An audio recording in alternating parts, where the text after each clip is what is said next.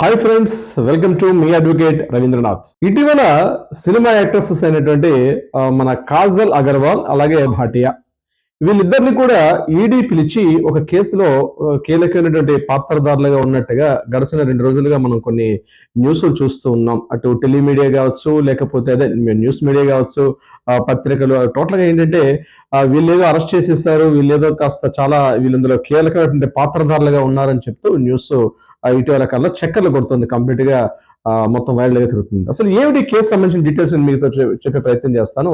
ఇది యాక్చువల్గా crypto currency అనేటువంటి ఒక విషయం మీద కోయంబత్తూరులో 2022లో అరవింద్ కుమార్ జైన్, నితీష్ కుమార్ జైన్ అని చెప్పి వీళ్ళిద్దరు కూడా ఒక పార్టీని ఏర్పాటు చేయడం జరిగింది కోయంబత్తూరులో, ఒక మెయిన్ బ్రాంచ్ ఓపెనింగ్ కి. ఆ మెయిన్ బ్రాంచ్ ఓపెనింగ్ ఏం చేశారంటే ఈ తమన్నా వెళ్ళారు, అదేవిధంగా కాజల్ కూడా వెళ్ళారు. అలాగే చెన్నైలోని మహాబలిపురం, ఆ మహాబలిపురం దగ్గరలో కూడా ఒక పెద్ద ఆఫీస్ ఓపెన్ చేశారు. ఓపెన్ చేసి అక్కడ కూడా ఈ ఆఫీస్ ఓపెనింగ్ అని చెప్పి కాజల్ అగర్వాల్ కూడా పిలిచారు. అక్కడ వీళ్ళిద్దరు ఏం చేశారంటే, సరే చాలా పెద్ద కంపెనీ, వాళ్ళ దగ్గర మేనేజర్స్ ఉంటారు, పిలిచారు, వీళ్ళు వెళ్ళారు, రిబ్బన్ కటింగ్ చేశారు, సెల్ఫీ ఫొటోస్ వీడియో షూట్ ఇచ్చారు, చాలా అద్భుతంగా నడిచింది. అయితే ఇవన్నీ హడావుడు చూసినట్టుంటే సుమారుగా భారీ స్థాయిలో పెట్టుబడి కోసం అని చెప్పేసి అక్కడ ఉన్నటువంటి భారీ స్థాయిలో పెట్టుబడి కోసం అని చెప్పి ఇన్వెస్టర్స్ ఎవరైతే ఇప్పుడు నేను చెప్పేటువంటి ఈ అరవింద్ కుమార్ జైన్, అదేవిధంగా నితీష్ కుమార్ జైన్ భారీ మొత్తంలో మామూలుగా కాదు ఒక రేంజ్ లో వాళ్ళు ఇంట్రెస్ట్ అంటే రకరకాలుగా పెట్టుబడులని ఆకర్షించారు అనమాట.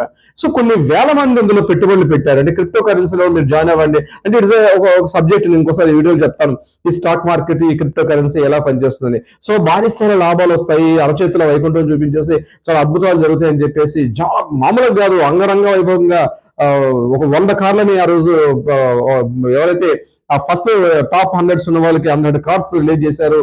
ఒక పెద్ద స్కామ్ చేశారు అనమాట వీళ్ళు. మొత్తం భారీ పెట్టుబడులు పెట్టి తీసుకొని అద్భుతంగా వాళ్ళ ఆ కార్యక్రమాన్ని చేశారు. చేసిన తర్వాత ఏంటంటే ఈ పెట్టుబడులు పెట్టినటువంటి వీళ్ళందరూ కూడా ఈ కార్యక్రమం అయిపోయిన తర్వాత ముంబైలో తీసుకెళ్లి అక్కడ ముంబైలో బోట్ లో అంటే ఒక క్రూయిజ్ షిప్ ని రెండుకి తీసుకొని అక్కడ పెద్ద పార్టీని కూడా ఏర్పాటు చేశారు. ఇవన్నీ చూసిన తర్వాత ఈ సినిమా యాక్ట్రెసెస్ వీళ్ళందరూ వచ్చేదని చూసి భారీగా పెట్టుబడులు కూడా పెట్టారు. ఆ క్రిప్టో కరెన్సీ 1 ఫైన్ డే అది మొత్తం కూడా క్లోజ్ అయిపోయింది. కొన్ని కోట్ల రూపాయల స్కామ్ జరిగింది దానికి సంబంధించి. దాని తర్వాత వీళ్ళు ఏం చేశారంటే పోలీసులు కూడా ఈ కొంతమంది ఎవరైతే ఇన్వెస్ట్ చేశారో సుమారుగా ఒక గ్రూప్ ఆఫ్, ముఖ్యంగా పాండిచ్చేరికి సంబంధించి ఒక గ్రూప్ ఆఫ్ మెంబర్స్ అందరూ కూడా మేము కేవలం ఇక్కడ సినిమా యాక్టర్స్ వచ్చారు, ఈ యాక్టర్స్ రావడం వల్ల మేము వాళ్ళని చూసి ఇక్కడ పెట్టుబడులు పెట్టాం కాబట్టి మమ్మల్ని చీట్ చేశారని చెప్పి వాళ్ళు కోర్టును ఆశ్రయించడం జరిగింది. పోలీసులు కంప్లైంట్ చేశారు. ఇమీడియట్ గా పోలీసులు ఏం చేశారంటే ఆ అరవింద్ కుమార్ జైన్ ఎవరైతే మెయిన్ హెడ్స్ ఉన్నారో అరవింద్ కుమార్ జైన్, అదేవిధంగా నితీష్ కుమార్ జైన్ వీళ్ళిద్దరిని కూడా అరెస్ట్ చేశారు. అరెస్ట్ చేసిన తర్వాత కోర్టులో ప్రవేశపెట్టారు. సరే వాళ్ళు కూడా ఇంటరాగేషన్స్ అవుతున్నాయి. అయితే ఈ 10 మంది ఎవరైతే ఉన్నారో ఈ మెయిన్ క్యాండిడేట్స్ వీళ్ళు కూడా ఏం చేశారంటే మేము కేవలం అక్కడ సినిమా యాక్టర్స్ రావడం వల్ల మేము పెట్టాం కాబట్టి తమన్నా భాటి అని, అదేవిధంగా కాజల్ అగర్వాల్ గారిని కూడా అరెస్ట్ చేయమని చెప్పి వాళ్ళు తీసుకొస్తే ఇంతకు ముందు 2022 అయింది, 23లో దీని మీద విచారణ కూడా చేశారు ఒకసారి, ఇంతకు ముందు కూడా పిలిచి 24లో కూడా ఈడీ విచారణ చేశారు. అయితే ఎప్పుడైతే ఈడీ విచారణకి వీళ్ళిద్దరూ వెళ్ళారో పెద్ద భారీగా ప్రచారం చేయడం జరిగింది, వీళ్ళందరూ స్కామ్ లో ఉన్నారు, మొత్తం వీళ్ళు కూడా ఇన్వెస్ట్మెంట్ చేశారు, ముఖ్యంగా ఏదైతే ఈ 100 కోట్ల రూపాయల స్కామ్ వచ్చిందో ఆ స్కామ్ లో వీళ్ళు కూడా ప్రధాన పాత్రధారులుగా ఉన్నారని చెప్పి తమన్నా మీద, కాజల్ అగర్వాల్ మీద కూడా మీడియా రకరకాలుగా మాట్లాడడం జరిగింది. అయితే విషయంలోకి వెళ్ళి మన కోర్టు యొక్క కేసు యొక్క పూర్వపరాలను పరిశీలించి తెలిసింది ఏంటంటే ఈడీ విచారణకి పిలిచింది కేవలం మీరు ఎందుకు వెళ్లాల్సి వచ్చింది, మీరు ఎందుకు అక్కడ ఆ కార్యక్రమం, మీ పాత్ర ఎంతవరకు ఉంది, మీతో పాటు ఇంకెవరెవరు ఉండాలని చెప్పి ఈడీ విచారణ చేస్తారు. అంతేగాని వీళ్ళ కంపెనీకి ఏదైతే ప్రమోట్ చేస్తున్న కంపెనీకి వీళ్ళు బ్రాండ్ అంబాసిడర్లు కాదు, వీళ్ళు ఇన్వెస్టర్లు కాదు,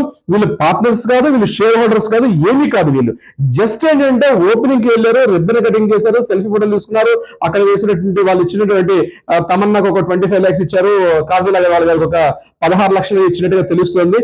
వాళ్ళు తీసుకున్న డబ్బుల కోసం వీళ్ళు వెళ్ళారు, జస్ట్ ఓపెనింగ్ చేశారు. అయితే ఎవరైతే ఈ ఫర్మ్ ఉందో, ఈ కంపెనీ వాళ్ళు ఎవరైతే క్రిప్టో కరెన్సీ సంబంధించినటువంటి వీళ్ళు ఏం చేశారంటే వీళ్ళ ఇమేజెస్, ఫొటోస్ వాడి వీళ్ళందరూ కూడా మా కంపెనీలో ఉన్నట్టుగా ప్రచారం చేసుకొని ఇంకా భారీ స్థాయిలో ప్రచారం చేసి ఒక పెద్ద భారీ స్కామ్ ని, ఈ 100 కోట్ల రూపాయల భారీ స్కామ్ చేశారు. ఇది యాక్చువల్ జరిగిన విషయం అయితే అది.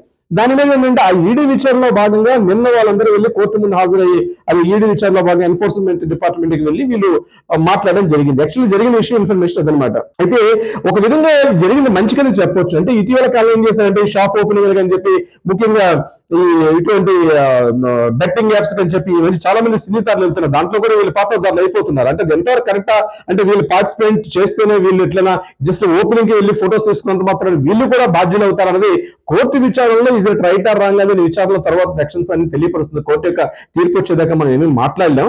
బట్ ఏదేమైనప్పటికీ కూడా ఒక గుణపాఠం ఏంటంటే ఖచ్చితంగా ఇట్లాంటి కార్యక్రమాలకు వెళ్ళేటప్పుడు ముఖ్యంగా సినిమా స్టార్స్ కానీ క్రికెట్ స్టార్స్ కానీ ఈ సెలబ్రిటీస్ ఉన్న వాళ్ళు ఈ కార్యక్రమాలకు వెళ్ళి ఇట్లాంటి కార్యక్రమాల్లో పార్టిసిపేట్ చేయడం వల్ల ఏమైనా స్కామ్స్ వస్తే మాత్రం బీ కేర్ఫుల్ గా ఉండండి. మిమ్మల్ని కూడా పోలీసులు ఇంటరాగేట్ చేస్తారు, మిమ్మల్ని కూడా అరెస్ట్ చేసే అవకాశం కూడా ఉంటుంది.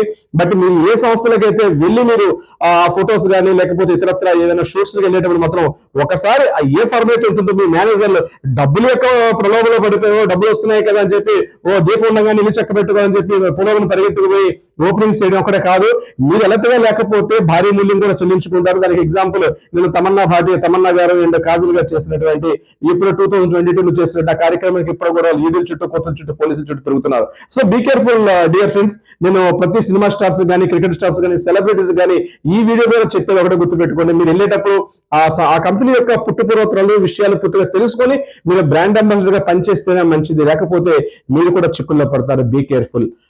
సో డియర్ ఫ్రెండ్స్, ఈ వీడియో నచ్చితే లైక్ చేయండి, షేర్ చేయండి, కామెంట్ చేయండి. తప్పనిసరిగా కామెంట్ చేసి మీ అమూల్యమైన అభిప్రాయాలు అయితే తెలియపరచండి. Thank you so much my dear friends.